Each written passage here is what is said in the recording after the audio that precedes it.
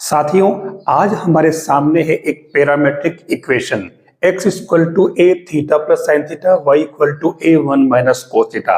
ये है साइक्लोइड और इस साइक्लोइड का हमें निकालना है नेज समीकरण, जिसको हम कहते हैं इंट्रिंसिक इक्वेशन। और इंट्रिंसिक इक्वेशन होता है एस और साई में रिलेशन, जहां एस क्या होता है आर्क लेंथ उस कर्व की किसी particular point P x y पर, और साई होता है टेंजेंट और एक्स एक्सिस के बीच का एंगल। टेंजेंट उस कर्व की होगी जो साइक्लोइड है। तो हम इसमें नेज समीकरण निकालते हैं, लेकिन मैं आपको बताना चाहूंगा कि पिछले वीडियो के अंदर मैंने आपको cardioid r equal to a one plus cos theta का इंट्रिंसिक इक्वेशन निकाल के बताया था। उसके अंदर मैंने बताया कि जब पोलर कर्व होता है आर थीटा में, तो उस समय आपको क्या करना होता है। उसके अंदर एस निकालने के लिए आपको 0 to theta r square plus d r by d theta whole square का रूट करके अपन एस निकालते थे, और साथ में अपन tan phi equal to r d theta by d r use करते थे, और तीसरा पार्ट यूज करते थे theta plus phi equal to psi. इन तीन फॉर्मूलों से अपन पोलर कर्व से कोई भी इंट्रिंसिक इक्वेशन निकालते थे। इससे अपन नेज समीकरण इंट्रिंसिक इक्वेशन निकालते हैं। अब यहां आपके क्योंकि कार्टेशियन कर्व दे रखा है, तो आप सबसे पहले इसमें एक्स और वाई का डेरिवेटिव निकाल लें। यानी कि पहले आप फर्स्ट वाला लेते हैं, तो ये बनेगा आपके d x by d theta equal to a one plus cos theta. आप इससे प्रायः दीजिए। दूसरा निकाल लीजिए आप d y by d theta, और ये हो जाएगा आपके ए साइन थीटा। इन दोनों से आप क्या निकाल सकते हो? इन दोनों से आप निकाल सकते हो d y by d x, d y by d x, और ये हो जाएगा आपके ये ऊपर रहेगा, ये नीचे रहेगा, तो ये ए साइन थीटा अपॉन ए वन प्लस कोस थीटा। अब आप इससे कन्वर्ट कर लीजिए, साइन थीटा को लिख दीजिए आप two sine theta by two cos theta by two, upon में हो जाएगा वन प्लस कोस थीटा, आप क्या लिखेंगे two cos square theta by two. तो ये क्या आ जाएगा, देखिए टू कैंसल, साइन कोस से कोस कैंसल, तो ये आ रहा आपके टेन थीटा बाई टू। अब आपको अगर पता हो तो किसी भी कर्व के लिए, चाहे कर्व वो कोई सा भी हो, मैं तो कर्व सिंपल ऐसे ले लेता हूं, ये आपके अगर साई है और ये पॉइंट अगर पी एक्स वाई है, तो उस कंडीशन में यहाँ इसका जो स्लोप होगा टेन साई, वो होता है d y by d x. यहाँ अपन ये यूज करेंगे। तो उस कंडीशन में हमारा d y by d x को मैं लिख लेता हूँ टेन साई। तो इससे आपके साई इक्वल टू क्या आ जाएगा थीटा बाई टू।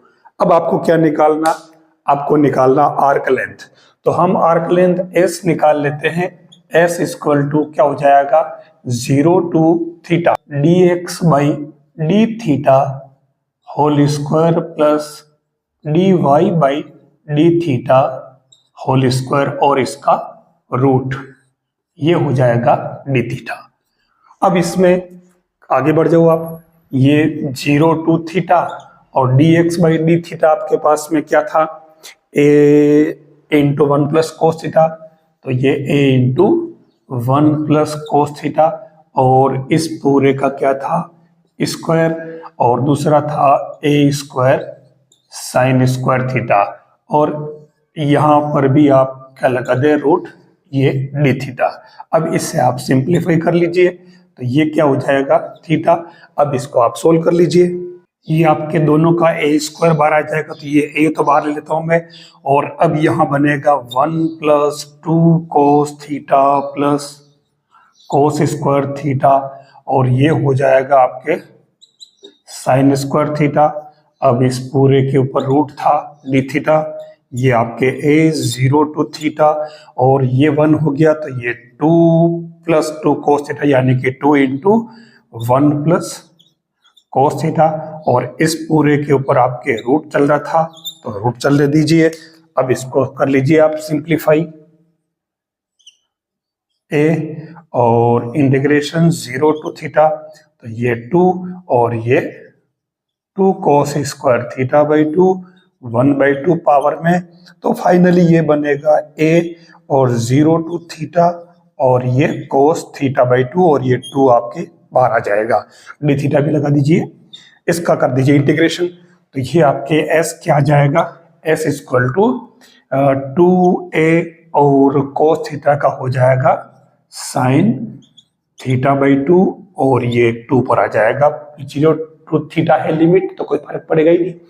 तो ये s की वैल्यू आपके पास में फाइनली क्या आ गई, 4a sin θ/2।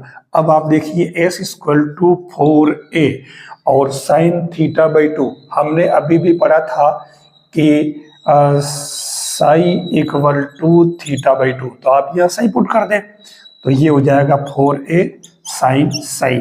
ये आपके इंट्रिंसिक इक्वेशन आ गया इस साइक्लोइड का। अब इसमें हमारा रिजल्ट आ चुका है।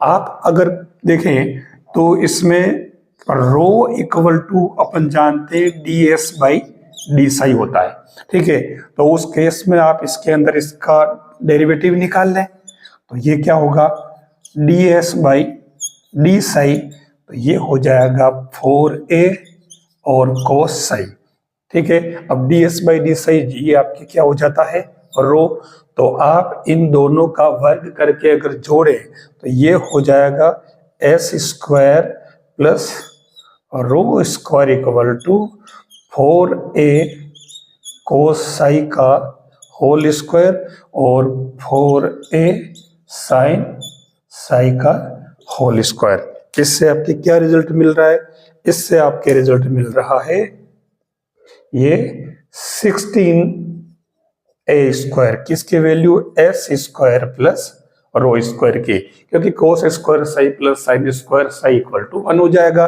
तो हमने देखा कि नेज समीकरण यानी कि इंट्रिंसिक इक्वेशन निकाला। इंट्रिंसिक इक्वेशन तो हमने निकाले लिया, s equal to 4a sin psi, और साथ साथ में एक इंपॉर्टेंट रिजल्ट निकाल लिया, s² plus rho square equal to 16a²।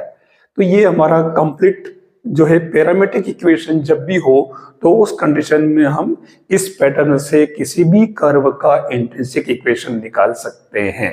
अगर आपको ये पूरा पैटर्न समझ में आ गया है इंट्रिंसिक इक्वेशन निकालने का, तो आपके लिए मैंने इस कर्व में थोड़ा सा चेंज कर दिया है। कर्व ये साइक्लोइड ही है, पर देखिए मैंने इसमें यहाँ तो ऑलरेडी माइनस था, मैंने यहाँ पर जो प्लस था माइनस कर दिया है, तो हमारा साइक्लोइड चेंज हो गया है। इस साइक्लोइड का आप इंट्रिंसिक इक्वेशन निकाल के बताएं, और आंसर जो मेरे वाले क्वेश्चन में answer s equal to 4a sin psi आया, आपकी इस आंसर की जगह क्या चेंज आता है कमेंट करके आप बताएं, अगर आपको ये निकालने का तरीका आ गया है तो।